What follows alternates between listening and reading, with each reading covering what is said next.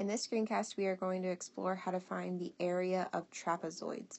So you'll notice that on your formula sheet there is an area formula for a trapezoid. It does look a little bit different than some of the other shapes that we've looked at before, and the formula is a little bit more intense, a little bit more lengthy. That's why we encourage you to continue to reference or refer to your formula sheet when you're solving a trapezoid area problem. So one thing that we want to point out is that in our formula we have three different parts. We have an H, and that's still going to stand for your height, and your height is still going to form a right angle with one of the bases, or actually in this case both of the bases. And then we actually have two bases, because if you look at a trapezoid, you could flip the trapezoid around and your base 1 could become your base 2 and vice versa. So that's why base 1 and base 2 is really important, because they're not going to be the same length. So we need to make sure that we're including both of those numbers. And then finally, you're multiplying the entire formula by a half or dividing by 2. So let's go ahead and take a look at an example. So what I would suggest doing is I would first suggest identifying your base 1, your base 2, and your height, because that's going to make it a lot easier. You can either do that on the shape or write it off to the side like I just did. Once again, we want to recognize that the height creates a right angle with our bases. So in this case, 6 is going to be our height.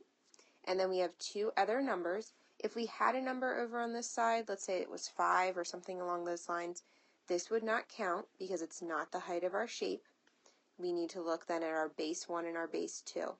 It doesn't really matter what order you write these numbers in, so I'm just going to put 8 and then put 14. Then we're going to write our formula. So area equals 1/2 times your height times B1 plus B2. Now order of operations comes into play. We need to substitute, so 1/2 times 6 times 8 plus 14. And what we would do first is we would add 8 and 14. And 8 and 14 would be 22. So now we have 6 times 22 times a half.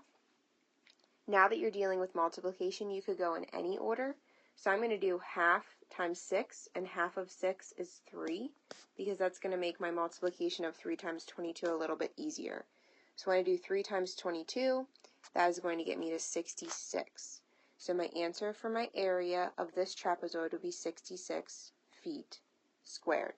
The most important thing to remember is to write out the formula and replace each of the parts with the associated number, with the number that goes with that piece. So now we're going to try one more example together, and then we're going to have you try an example on your own. So once again, I'm going to identify my base 1, my base 2, and my height. So in this case, here's my 4 because of my right angles, so that's my height. Base 1 is 5, or base 2 is 5, base 1 is 8. Once again, it doesn't matter. Area equals 1/2 times height times base 1 plus base 2. And once again, you could be referring to your formula sheet as you do this. Substitute in the numbers for the letters. So 4 times 8 plus 5. Once again, follow order of operations. So 8 plus 5 is 13 times 4 times 1/2. Now I'm going to do 1/2 times 4 is 2 times 13 is equal to 26. So my area would be 26 meters squared.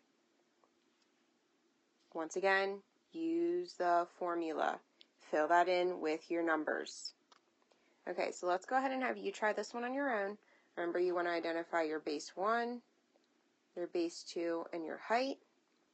And then you want to fill in the formula as you solve. So go ahead and pause the video and then hit play once you think you have an answer. So you'll see your answer should be 40 inches squared. Your height is 5 because of the right angles. And then your base 1 and your base 2 are the top and bottom. They're parallel lines on your shape. So let's do one more example together, and then we'll have one more example for you to try, and then we'll wrap up this screencast.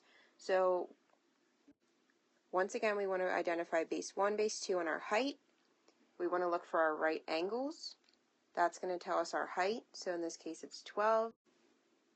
And then base 1 and base 2 are your parallel sides. So in this case, it would be 9 and 14. And then you fill in your formula. So my height is 12 times 9 plus 14. I go ahead and do 9 plus 14 first, which is going to be 23 times 12 times 1/2. So I'm going to do 1/2 times 12 is 6. 6 times 23. So if you don't know that off the top of your head, because that is a pretty big problem, go ahead and get out your calculator and multiply. And you would get 138. So your final answer would be 138 centimeters squared.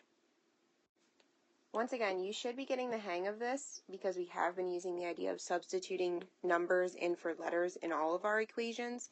So once again, this should just be following those steps of doing so. So let's have you do one more example by yourself. Once again, solve the equation, identify all the parts of the equation, and then once you think you have an answer, go ahead and hit play to check your answer with mine. So your answer for this example should be 28 centimeters squared. Notice once again, I used my formula, I picked out the numbers that needed to be used in the formula, and then I solved using order of operations. So just to review, here is your formula for finding the area of a trapezoid.